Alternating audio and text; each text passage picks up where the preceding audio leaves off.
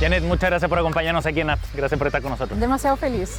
Janet, bueno, quisiéramos hablar de la estructura de empresas que tenemos hoy día acá en Chile. A propósito de las scale-ups, las startups con crecimientos que son muchas veces vertiginosos, cambian un poco el panorama. Pero antes de referirnos en detalle a eso, me gustaría conocer desde tu mirada cuál es el principal desafío que tenemos hoy día en la forma en la que estructuramos el sistema de empresas en Chile. Primero, el desafío más grande del mercado es salir de la dicotomía entre empresas muy grandes y empresas muy pequeñas. Ajá. Y la OECD, la OCDE lo tiene muy identificado en distintos estudios suyos sobre nuestro mercado, destacando que nuestra economía se caracteriza por unas pocas empresas muy grandes, debajo de 100 empresas muy grandes y después una larga cola de empresas en realidad muy pequeñas. Ajá. Vemos, por ejemplo, que empresas con ventas sobre 2.000 millones de dólares han casi triplicado su facturación del tramo completo, Ajá. mientras empresas que hoy día son los pymes hasta 4 millones de euros de facturación aprox, Ajá. han disminuido proporcionalmente su peso en el mercado según facturación y los datos registrados por el Servicio de Impuesto Interno. ¿Y qué efectos tiene eso desde el punto de vista del tipo de crecimiento, de la capacidad de crecimiento, desde el punto de vista incluso del mercado del trabajo, por ejemplo? Tal como hoy día se muestran en los estudios que analizan la relación entre innovación y concentración económica, vemos que algo de concentración y reducción de la competencia hace bien a la innovación, como Schumpeter, Sí. el economista austríaco, ya lo analizó, pero cuando la concentración está excesivamente grande o cuando la competencia se reduce en exceso, Ajá. la innovación baja también. Entonces, innovación y concentración o competencia tienen una relación de una U invertida. Hay un punto de equilibrio donde se logra ese óptimo. Claro, entonces cuando decimos Chile necesita crecimiento, deberíamos en futuro en realidad siempre preguntar, pero ¿cómo?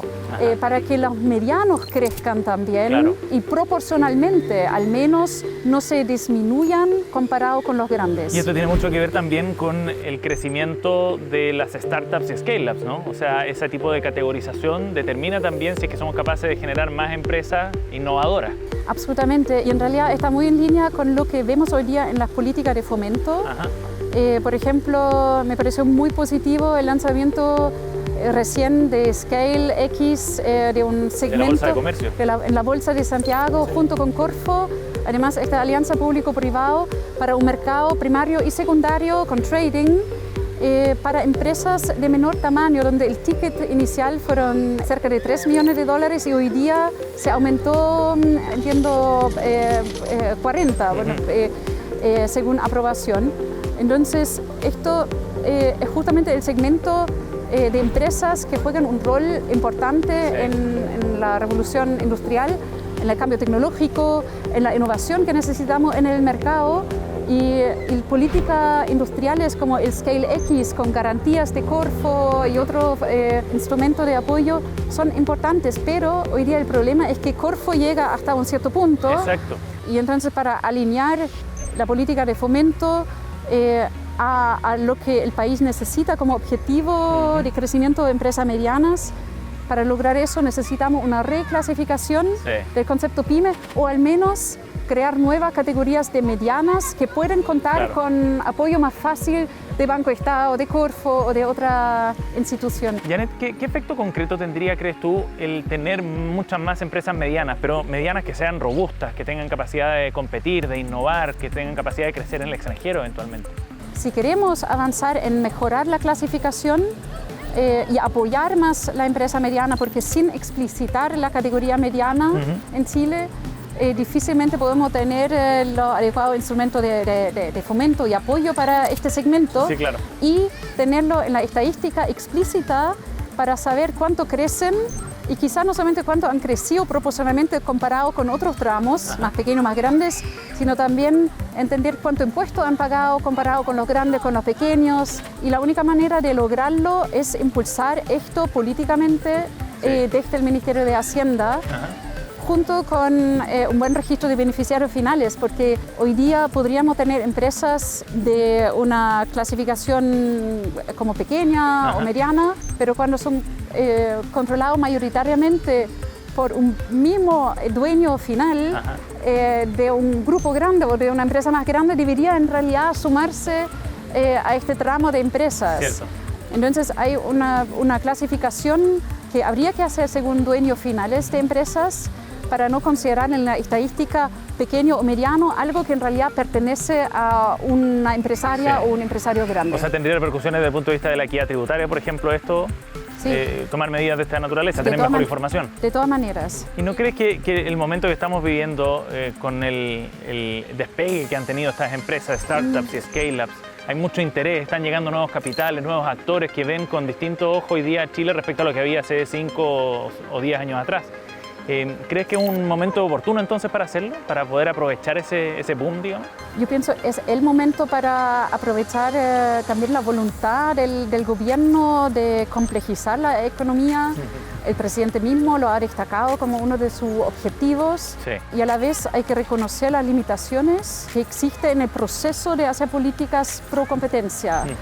Porque tenemos reforma, por ejemplo, a los conglomerados financieros. Desde los años 90 se están conversando en Chile. Y quería también invitar, a través de mi libro Capitalismo, a pensar sobre cómo mejorar el proceso de regular el mercado para un capitalismo mejor regulado, con menos ideología regulado también. Pero eso requiere repensar si efectivamente el proceso actual, donde las leyes pasan por el Congreso, son empujadas por el gobierno, al final el proceso sigue en manos de poderes sujetos al juego del poder. Vemos que en realidad este proceso no ha funcionado ni en Chile ni en el mundo. Las regulaciones al mercado siempre llegan tarde y tienden a ser parciales o mal implementadas. Muchas crisis así lo han demostrado. Claro, y las grandes reformas al mercado, el New Deal, después de la Gran Depresión, la economía social de mercado, después de la Segunda Guerra Mundial. Y la gran pregunta es cómo entonces podríamos pensar el proceso de regular el mercado desde una óptica más técnica y menos cerca del juego de poder para evitar crisis excesivas que hay que remediar ex post de forma muy costosa desde la economía. Y eso podría lograrse, por ejemplo, pensando que una institución autónoma, un grupo de expertos con autonomía indicada podría en futuro hacer sentido que juegue un rol importante en la regulación, por ejemplo, del mercado, sin quitar el rol del Parlamento en fijar cuáles son los grandes objetivos de la política.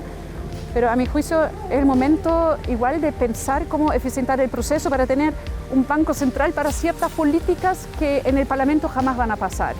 Por la dificultad del juego de poder, estando en un país pequeño, altamente concentrado. Y porque tenemos experiencia también de cómo se cruzan los intereses también desde un sector a otro, ¿no? Sí. Exactamente. Eso, y nos falta información para la regulación. También. El proyecto de ley contra el greenwashing es un muy buen ejemplo de una iniciativa con un objetivo positivo, pero con un mecanismo que no va a funcionar. Porque también hay una distancia enorme entre el conocimiento requerido para regular bien el mercado y lo que hoy día el sistema gestiona y como conocimiento e información. De acuerdo. Janet, gracias por estar con nosotros acá en Apps. Muchas gracias. Muchas gracias a ustedes. Apps, empresas que cambian el mundo.